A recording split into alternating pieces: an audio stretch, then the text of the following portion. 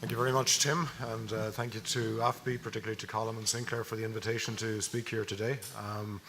The theme that I've chosen to talk to you on is collaboration as a means of driving improvements in animal health. And I think for an organisation that started in 2008 with a budget of €300,000 and one staff member, which was myself, a collaborative mindset comes very naturally to you in those circumstances. But thankfully, that's, as I hope to show you over the course of these slides, that's a mindset that we managed to maintain and foster as the organisation has grown in size. So a few words about Animal Health Ireland. We're a public-private partnership and we coordinate and deliver control and eradication programmes for livestock. And that is specifically for cattle. We don't have a remit as yet in relation to other species such as pigs or sheep. There is talk of that, but I think we're jealously guarding the resources that we have and making sure that we deliver in respect of the programs that we've already committed to delivering. When I say a public-private partnership, it really is that, because we have a very unusual funding model. It's a matched funding model, so we have no guaranteed income from the state whatsoever. It's a matched funding model, so that means that the government looks over our books on a monthly basis and matches us to a certain level, currently €750,000, depending on the income that we've taken in from the private sector. So as you can imagine, that has fragilities. If one of our stakeholders were to walk off with their funding, we would lose twice the amount of money because we would lose departmental funding as well. But it also has strengths because it keeps us very much focused on delivering the objectives of our stakeholder organisations. So it's a very unusual hybrid model, not at all common within the polity within the Republic of Ireland that I'm aware of. In terms of our mission, it's to contribute to a profitable and sustainable farming and agri-food sector through improvements in animal health. We place a high degree of emphasis on animal health economics, and I'll show you some of the figures that demonstrate the benefits that we have generated through our programs. And the remit, as I said, is for cattle diseases currently, which are not subject to international regulation. So we used to say in the early days that we were dealing with non-regulated diseases. That's not quite true anymore, because we've had to introduce regulation, naturally enough, to control diseases such as BVD, which you cannot control without regulation. But the diseases we deal with are not subject to international regulation. In terms of the structure of the organisation, we have about 35 member companies, our subscribers and stakeholders, and a board of directors of 7 who were nominated by the Minister for Agriculture in 2008. The chair is Mike McGann, who's a dairy farmer from County Longford. Myself and the management team, then there are 13 staff currently, including 5 vets, specialists in their own fields. And then on the right hand side of that diagram you can see technical working groups and coordinating groups, and I'll give you a bit more detail in relation to those. So for each of our programs we have a technical working group that comprises individuals with the relevant scientific background. They may come from academia, from veterinary practice, from industry, but they come together around key themes and key programs.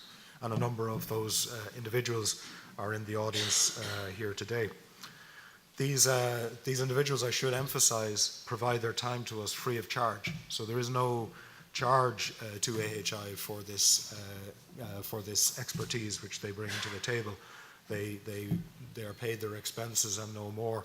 And without that huge altruism on the part of these individuals, we would not have been able to develop the intellectual property that underpins the various programs that we deliver. So, a huge debt of thanks is due to those people. On the right-hand side of the diagram, then you can see implementation groups, and we have for each of our major programs that is at national scope or approaching national scope, we have an implementation group. I chair those groups, and that can be an interesting space because really the implementation group is where the science developed by the technical working group meets the practice and the realities of putting a program in place on the ground. And as you can imagine, you can have some fairly interesting discussions in that space. But I think tribute to everybody involved has been the fact that we have maintained dialogue and we've maintained focus on delivering our program objectives. And again, that spirit of collaboration coming through very strongly, even in difficult circumstances. In terms of the programs that we deliver then in our current strategic plan, which expires at the end of this year, and we'll shortly embark on the replacement plan. But we've identified a number of core programs, and I'm going to give you some detail in the course of the next number of slides in relation to a number of these. With the exception of the last one there, IBR, Infectious Bovine Rhinotracheitis, which is a disease program which is still in a planning phase with us. But nonetheless, perhaps worth a couple of words at this moment. IBR, for those of you with a veterinary or farming background, will know that this is a disease which potentially can have very significant impacts, particularly on trade flows out of the island of Ireland, the live trade out of Ireland. And we're watching with very acute interest how countries across Europe are developing programs for IBR control and are acquiring Article 9 and Article 10 status, which entitles them to apply restrictions to animals moving through their territory. So I won't say much more about IBR today, except that it's an area in which we are doing economic analysis. We intend to launch a consultation over the course of this year or early next year. And there is a commitment within the current Agri-Food strategy in the Republic of Ireland, the food harvest strategy, that a program for IBR eradication would commence in 2019. So I will say more about BVD, cell check, or somatic cell count reduction program, beef health check, and Yonis disease in the next couple of slides. We also work then in relation to a number of other areas. They're not priority areas for us, but they are areas in which we have considerable outreach, and I'll show you some of the figures in terms of the outreach that we've had. Farm biosecurity, calf health, parasite control, and animal health economics, which I mentioned previously. These are the values which hopefully we don't just espouse, but we actually live in the organisation. And I was very interested to hear Noel's comments about the science base and the need to adhere to evidence, because absolutely that has been the driving principle of Animal Health Ireland from the very beginning. And our technical working groups provide that evidential base. And we consult with organisations across the globe, and we commission work as required to deliver that evidence base. But today, excuse me, my theme is in relation to collaboration. And we recognise that the objectives that we have set out for ourselves, which are ambitious, can only be achieved through collaboration. So we work with our stakeholders, trying to align our goals with their goals, and trying to make best use of synergies wherever we find them. We're very much aware that the agri-food industry, like most industries, is very conscious of waste and duplication, and we do seek to leverage off existing resources rather than reinvent wheels as we go through our program delivery. This next slide is somewhat conceptual, but it's a slide that I've used almost from the beginning in Animal Health Ireland, because really it's all about behaviour change. And our programs have ambition at national level within the Republic of Ireland. So essentially, if we want to be effective in delivering a BVD eradication program, for example, we have to reach 85,000 beef farmers, 115,000 farmers, livestock farmers in total. So that means that you must generate and engender behaviour change at a national scale. And that's by no means a simple task. And the building blocks for behaviour change are well known. You need to develop an awareness, you need to educate, and hopefully from that you get a change in attitude. But it's that gap between the positive attitude towards change and the actual commitment to change and the delivery of change that's so problematic. And some of you may have heard of the reset model. This is an example perhaps of the reset model of social science model, whereby various factors need to be brought to bear almost simultaneously to engender wide-scale behaviour change. And they can be technological, they can be sociological, they can be economic, they can be educational. And if you took the example of our BVD eradication programme, you can see how technology, in the form of a tissue sampling tag, has come together with economic incentives for the removal of persistently infected animals, with social norms. So we now have a situation where farmers who retain PI animals on their herds are having their neighbours notified of that fact. So a number of these triggers have come to bear in the delivery of a wide-scale programme of change, such as BVD eradication. And on the right-hand side there, I've tried to place some of our programmes in terms of where I see them falling along that conceptual pyramid. And clearly the cell check and BVD programmes are truly national-scale programmes which are delivering wide-scale behavioural change in the Republic. and some of our other programs moving in that direction, particularly Yonis disease, and I'll say a few more words in relation to that towards the end of the presentation. In terms of the outcomes then, the services which AHI delivers fall into a number of categories. So the implementation of animal health programs, for example, and the cell check program based on our economic analysis, which was led by Lawrence Chalou in Chagask, shows us that the increase in milk value in 2015 relative to 2013 was 38 million euro. About 28 million of that accrued to farmers and 10 million to the processing sector. The gains already accrued in terms of BVD eradication now stand at 66 million euro in 2016. The total benefit from BVD eradication, we know from the cost-benefit analysis carried out by the Scottish Agricultural College, is 102 million euros per annum. And based on the reduction in prevalence from the beginning of the programme, the net benefit when you discount the costs incurred by farmers in tag testing is 66 million euro. So a very significant return on investment in relation to both of those national programmes to date. We, as I say, we facilitate dialogue in relation to animal health. So our technical working groups currently have 76 members. They've met 143 times collectively. The implementation groups, 178 members, and have had 121 meetings. So the BVD eradication program, for example, that implementation group has met almost monthly since 2011. So one of the benefits of that kind of a structure is that it gives you a very rapid feedback between policy development and the impact of that policy development in the field.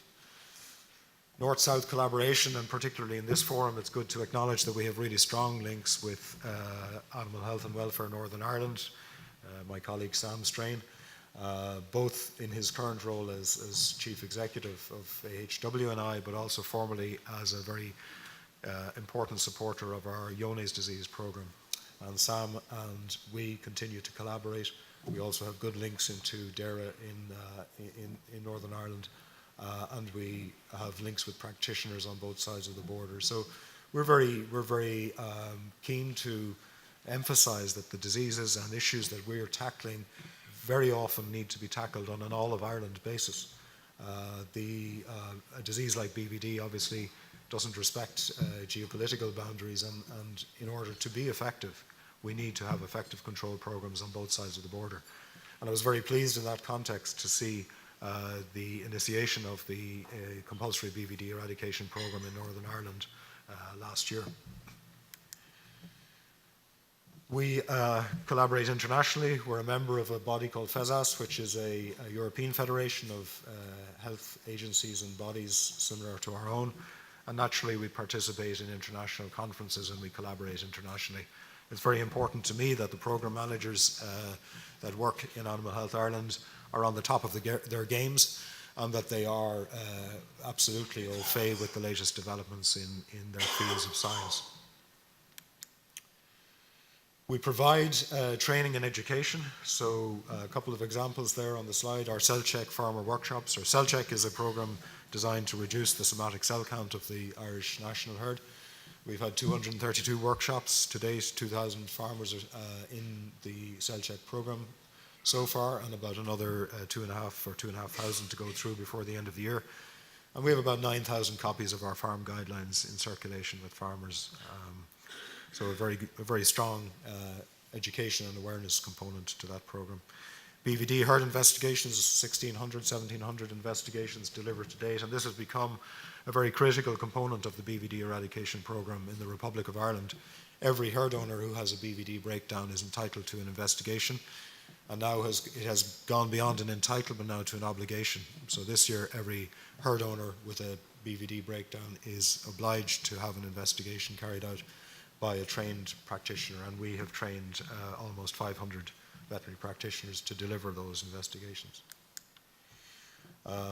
Again, in terms of the outreach, we have produced at this stage 29 information leaflets on a variety of topics.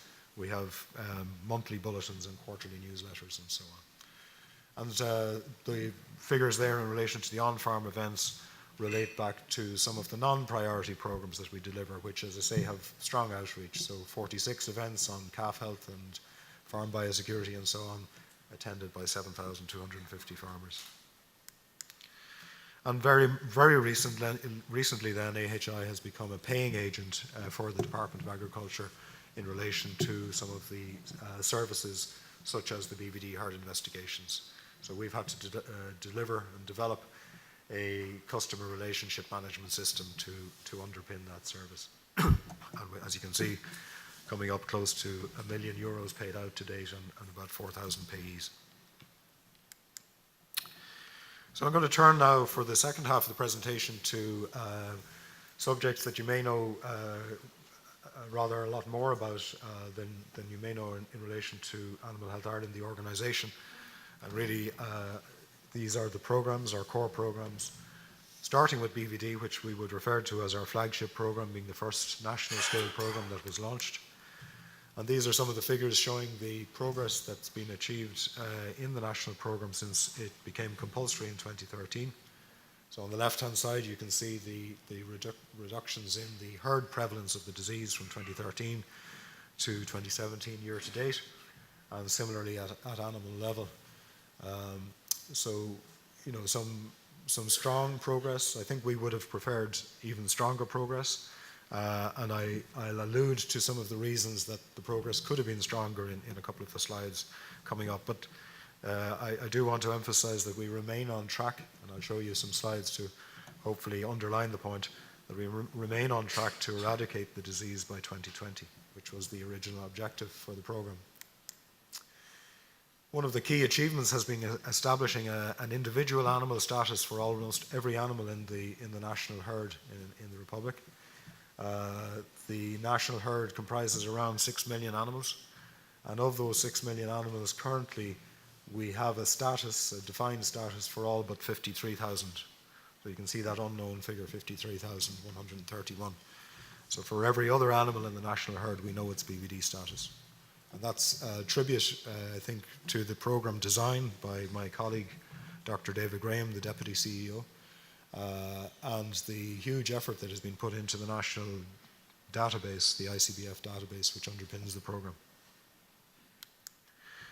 I mentioned that we are confident that we remain on track to eradicate BVD. And the reason that I can say that, it's not just, as Noel said earlier, an opinion, it's actually underpinned by fact and analysis. So this model has been generated in collaboration, using that word again, with colleagues in an organisation called the Helmholtz Institute in Leipzig. And this has been a very interesting collaboration. The particular lead on that is a geographer by training and by background, but has a particular background in epidemiological modelling at national scale. And what this graph is showing, first of all, the blue line is showing that from inception, and the dotted line for 2013 shows the programme start. Had there been no retention of persistently infected animals as we expected from the beginning of the programme, and that's a logarithmic scale on the y-axis there, but that we would be down at 0 PIs by 2018. That hasn't happened, and the reason for that, largely, the model tells us, has been that certainly in the initial years of the programme, 13, 14, 15, there was a greater degree of retention of persistently infected animals than we had anticipated. And hopefully there are lessons from what I'm saying today and the collaboration that we have with AHWNI for the programme here in Northern Ireland. So the red line on the right-hand side there is showing what would happen if the level of PI retention remained as it was in 2015. Essentially, you would see a tailing off, but no intersection with the x-axis. And obviously that would be failure. The dotted line shows you that if we get on top of PI retention, if PI retention ceases to be an issue from this year forward, where we would expect to hit that point of 0 PIs. And as I say, that shows us hitting that at 2020. Another way of illustrating it is just showing again, focusing in on the time to eradication, and we've modelled various different parameters within the programme, but the most important one clearly is the retention of PIs. So again, showing on the left-hand side that if PIs continue to be retained at the 2015 level, you have that tailing off but no intersection with the x-axis, whereas if we get immediate removal of PIs in this year and onward, that the programme will deliver on the objective of eradication by 2020. Some of the measures that have been put in place to ensure that that is the case have been continued and enhanced incentivization, economic incentivization of PI removal, full herd restriction where a PI is retained for more than 5 weeks, and notification of neighbours where the PI is retained. So we have a mixture of carrot and stick, and it is proving to be quite effective. Currently, our statistics for 2017 are showing us just 20 herds out of a national herd of 83,500 breeding herds that have a PI on the farm for more than 5 weeks. And obviously that's a figure we want to drive to zero. A few words in relation to cell check, the National Somatic Cell Count Reduction Programme. And I'm going to start off by showing you some slides on the milk recording herds, which in the Republic of Ireland represent about 35% of all herds, all dairy herds. And this is the improvement that's been achieved in the period since 2010 when the cell check programme started in terms of the monthly average somatic cell count for those milk recording herds, which, as I say, represent 35% of the herds. So you can see a significant year-on-year improvement. Each line is a successive year. And one of the interesting features of the graph is the flattening out from January to December of the somatic cell count curve, which traditionally would have had a U shape. So that flattening out is also interesting to observe and encouraging. In terms then, this graph here is showing you the evolution again, milk recording herds, the green line showing the proportion of milk recording herds with a cell count, an annual average cell count of less than 200,000, which is effectively the market standard, versus the proportion with a cell count of over 400,000. So you can see that up to 2010, when the programme started, those two lines were almost convergent. And in the period since the programme has been in operation, due to a variety of mechanisms and triggers again, that reset model, including the pricing by the dairy processors for somatic cell count bonuses, you can see how the lines have diverged. One of the key achievements of the cell check programme has been the development of a national bulk tank database, and that bulk tank database represents about 95% of the milk collection in Ireland. Again, you can see the very positive evolution at both herd level and at milk volume level in the period for which we have data in the database. So in 2015, 64% of the milk supplied in the Republic of Ireland had an annual average of 200,000 or less. And our target is that by 2020 that figure will be 75%. And just looking at that figure in a slightly different way, these figures show how the evolution of the national average cell count has taken place over time, from a peak in 2009 of 272,000 down to 191,000 in 2015, which is the last year for which we have full year data. We're currently collating the 2016 data, and we would hope to have to be able to show some further slight improvements on that figure in the 2016 data. I think we're in a position now where we're a lot more comfortable than we would have been 4 or 5 years ago. These figures are comparable with figures published in the UK, for example. One of the other pleasing aspects of the cell check programme has been the extent to which it has driven reductions in intramammary antibiotic usage. And you can see how the defined course dose per 100 animals has declined from 2010 onwards. One of the challenges for the programme is to do a similar job in relation to dry cow therapy, because currently the position in the Republic of Ireland is that there's almost 100% coverage of dry cows, which has been the science and the evidence up to now, but that's rapidly changing in response to market demands. A few quick words in relation to Beef Health Check. Beef Health Check is a program which captures data from the abattoir using touchscreen technology and reports that back to farmers and vets using this kind of a format, which is a paper-based format, and also now using this kind of a format, which is, sorry, I don't have a graphic of it, but we have an online system as well, which allows vets and farmers to interact with the data. The data relates to liver fluke and lung lesions. We have plans to expand that into other areas over time. So this is used to monitor and implement herd plans, develop economic analyses of the impact of these diseases, investigation tools somewhat similar to what we've done with BVD, to provide trends and benchmarking to farmers in relation to these diseases, to allow the use of geographical information systems to map prevalence of liver fluke and lung lesions almost in real time, and therefore to enhance fluke forecasting, and then to collaborate with external projects looking at animal welfare and novel control strategies for liver fluke. And then finally, in relation to Yonis disease control, we have been running in Animal Health Ireland a pilot programme for Yonis control for the period 2014 to 2016. And we have in that period trained almost 500 veterinary practitioners to deliver on-farm risk assessments. About 2,400 of those have been carried out, funded by the Department of Agriculture at a cost of over €500,000. We've developed a network of private laboratories that are designated to provide this testing to the programme. They're all accredited to ISO 17025. We've developed an evidence-based system for allocating herds to risk categories, so we can now risk categorise every herd based on their animal movement data and their test results for Yonis disease.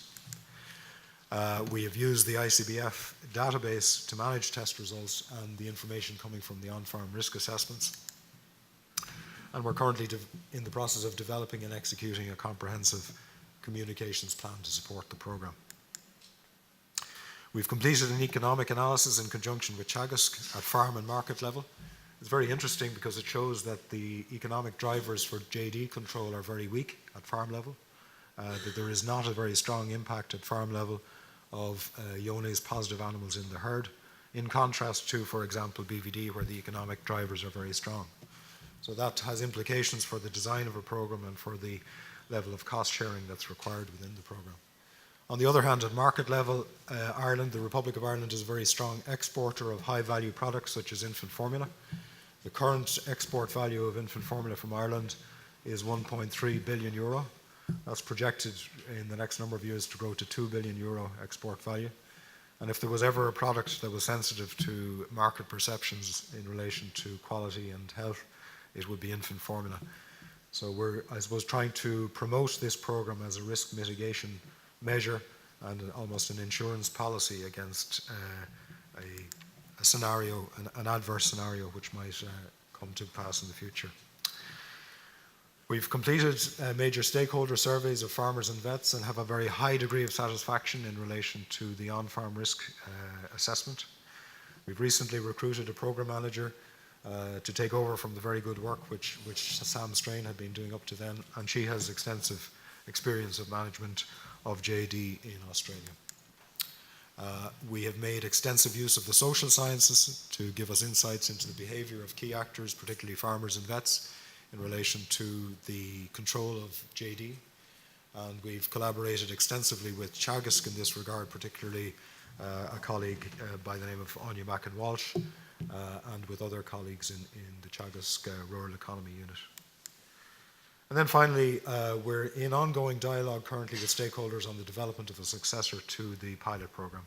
I think for a country that depends so heavily on exports as does the Republic of Ireland, it is not a position that we want to be in, that we don't have a national voluntary control programme for the control of Yonis disease. And we're getting some very, very meaningful engagement currently. A meeting between the Minister and the Chief Executives of the dairy processors will take place the week after next, and we're very hopeful that we can make a positive announcement on foot of that meeting in relation to a successor programme. So I'd like to conclude, Chairman, by thanking you once again for the opportunity to present and to emphasise that what has been achieved, and hopefully people will agree generally that a lot has been achieved, that it has been by dint of collaboration. AHI has a collaborative mindset, and we certainly remain open to collaborate and are seeking opportunities to collaborate this side of the border. Many of our technical working groups have members from Northern Ireland on them. We'd like to see more, and certainly we would love the opportunity to deepen our collaboration with institutions such as AFBI. I understand there will be a Q&A session, so I'll take any questions at that point in time.